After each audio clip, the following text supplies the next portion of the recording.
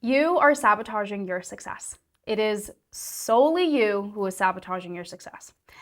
And I know that that might be triggering for you if you're hearing that, and I apologize for that, but it's the truth. And I think there's a beauty to being the only one that's sabotaging your success because that also means you're the one who is going to get yourself out of this rut so you can finally embody the success that it is you want to embody in your life. If you're new to this channel, my name is Dr. Bisleen Atley. I help you optimize your brain so you can step into your high performer era. A lot of us, when we think about why we sabotage our success, we think it's because we are afraid of failing, so we never take any action in the first place to be successful. But that's not true. The reason that you are sabotaging your success, and this is about to just completely change the way that you look at success and achieving success. The reason that you sabotage your success is because you are afraid of what you are going to need to lose on your way to success. This is why you keep sabotaging your success. This is why anytime you accomplish or achieve something, you find yourself back in that same rut, that spot, that square one place again, because in your mind, you are afraid that you need to lose something, cut something off in order to be successful. And so I can give you my example here. And this took me like years to figure out, which is why I'm so glad that I can share this with you now to save you that heartache and headache that it really caused me in terms of trying to figure this out. So for me, when I really looked at why I kept sabotaging my success, limiting beliefs, that's a whole other separate conversation. I had to understand and look at that as well. Limiting beliefs are your beliefs about yourself and how you see the world around you. And so when it comes to success, a lot of us have this idea of what it takes to be successful. And for a lot of us, we have a negative perception of what it means to be successful, which I think is funny, right? Because at the end of the day, we all want to be successful and be as successful as possible, but then nobody wants to do the work it takes to be successful because we're all afraid of the things we have to let go of in order to be successful. I remember when I was in high school and I wish I could remember this teacher's name because I hate her so much for putting this in my mind. But I remember her telling me that you can only have 2 of 3 things at a time in life. You can either have your social life, you can have your health, or you can have your career. And she's like, at any point in your life, you can only have 2 out of these 3 things, and you can't have all 3 at once. And what a great way to put a limiting belief in a young person's mind. And I really had to untangle this belief and uncover it. And for me, a huge piece that I realized is that I was afraid of success because I felt like it meant I had to lose my friends. And whenever, I look back at my journey to success, or when I think about me studying for exams in university or trying to be successful, I would take care of my health and I would put in all this effort to progress my career, but my social life always got left in the back burner because I thought that I could only have 2 of these 3 things. And I thought that if I wanted to be successful, I couldn't be successful and have friends. I couldn't, go down this road of trying to accomplish my goals and dreams and still have all my friends and people around me. And so that was always the thing that got left behind. And I started to notice that in periods in my life when I felt like I was losing people in my life, I would find a way to literally sabotage my career and the goals that I was accomplishing because I was afraid of losing people in my life. I was afraid of losing my tribe. And once I uncovered that, it just completely changed my outlook on success and just changed the way that I saw all these things. And so what I started to do is I started to intentionally make sure that once or twice a week I was hanging out with people so that I could show myself that, look, you can accomplish all these goals, you can do all these amazing things, and you can still hang out with your friends and maintain a social life. It doesn't have to be one or the other. Like, yes, I wasn't hanging out with people like 7 days a week. That's not possible. But at least I was still able to carve out 1 or 2 days a week where I could satisfy that social need and urge and prove to myself that I can still have a social life and still be massively successful and achieve all of my goals. And this is how I slowly started to rewrite this belief, and also just getting comfortable with the fact that I will lose some friends on my way to success, but that doesn't mean I will lose everybody. And it doesn't mean that these friends will not then get replaced with people who can better serve me at this level that I'm going at. instead. And so, as you can see, the power of this. I no longer sabotage my success because I felt like I was losing people in my life. And I started to redefine what success means to me and prove to my brain that we can be massively successful and healthy and have a beautiful, full social life with friends and family at the same time. It doesn't have to be one or the other. So, this is what you need to uncover for yourself.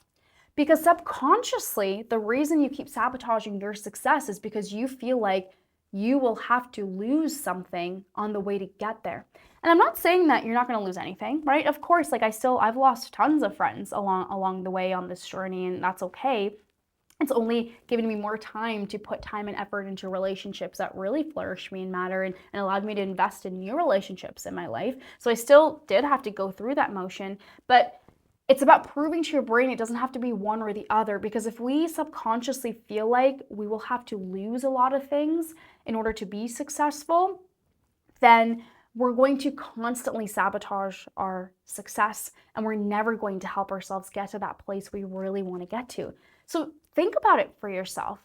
Are you afraid of losing your friends and your tribe? This is a big one for a lot of people, like a big one. And you might think logically, like, oh, no way, like that's not true at all. Like logically, it's not this. But subconsciously, you might feel a certain way.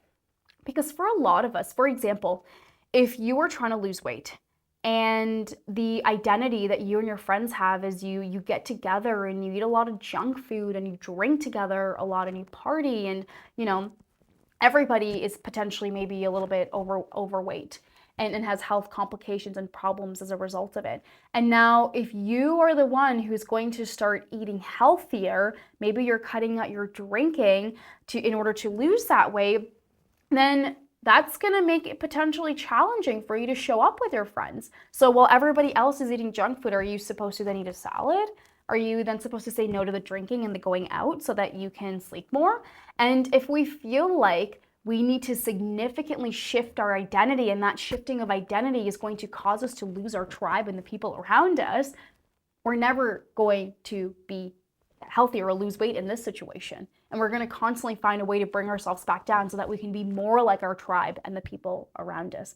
So it's about looking at how can you still show up in these friend groups and in these places in a way that still helps you align with your goals and still prove to your brain that, hey, we can do all this and still be successful and achieve our goals. Another thing that people worry about is that if they're successful, then that means that they're going to have to cut out all the fun things in their life, that they can't have fun anymore. So interesting, right? Like these beliefs that we have around success. Like, who said that the journey to success has to be like boring and strict and you can't have any fun? No one said that. So maybe if you feel like this is what's subconsciously holding you back, then what you need to start doing is you need to intentionally take out time to make sure that you are planning fun things during your days and your weeks. This is how you overcome that belief. And for me, that was one as well. So what I do is, as I mentioned before, is I intentionally have 1 or 2 days a week where I make sure I'm doing something fun, again, to prove to my brain that we can be massively successful and we can still have fun along the way, because it doesn't have to be one or the other. Other times people think that they have to sacrifice their health because we believe that all of these people who are high performing and achieving and doing all these incredible things, like they're not sleeping well, they're not eating well, they're like barely moving their bodies. And as a result of this belief, if we feel like we need to lose our health, and if health is something really important to you, you are never going to get to a place where you feel like you're truly successful, because you'll always sabotage your success because you think that you need to lose your health as a result of it. Or what you'll do is that because of this belief, you will do a lot of and implement a lot of unhealthy behaviors because you think that this is what is required to be successful, but you can't maintain that. Good luck trying to go weeks without poor sleep. It'll be so difficult for you to show up in your life. Other people think, they'll lose their peace of mind and they'll be stressed out all the time and they won't be as happy if they become massively successful. And again, if you believe that about success and that this is what is required to be successful, then you're not going to want to do that. Who wants to get to this place where they're really, really stressed out all the time and angry and frustrated and all that? Because if we believe that this is what it takes to be successful, and these things don't sound enjoyable to us, because that doesn't sound enjoyable to me, then we are never going to want to be successful. So you need to start unpacking and looking at, what do you believe about success? What do you believe it takes to be successful? And what do you think you need to lose and eliminate and let go of in your life to be successful? And are these things that you actually want to let go of? Or are these the very things that scare you about success? The fact that you have to cut out your tribe and all of these things. And how can you start to redefine success and look at success in a new way so that you don't feel like you need to eliminate and eradicate and get rid of all these things and be in this isolated, disciplined silo where it's only just you. Because that is a very lonely version of success. And that doesn't sound like the success that we want to achieve in our life. So unpack this, look at what it is that you are afraid of losing, and look at how can you intentionally make sure that you are including these things in your life on your pathway to success, so that you can prove to your brain that actually we can bring all these things with us. We can bring the fun, we can bring the family and the friends, and we can have all of these things, and we can still be massively successful, because the truth is that you can. And I mean, with the friends thing, of course, you're not going to bring everybody. Like I said, I've still lost a lot of people in my life, but there's a lot of people I'm still bringing along the ride. And I take out time and spend time with them because I love them. So this is how you do it. This is why you're sabotaging your success, and this is how you get out of it and stop sabotaging your success. If you are ready to step into your high performer era, I would encourage you, take my What Type of High Performer Are You quiz. You can use the link in my bio to really understand what type of high performer you are, because depending on the type of high performer you are, you have unique ways that you are sabotaging your success. And when you start to understand how you're sabotaging your success and how to build strategies around that to overcome it, that's how you truly step into your high performer era.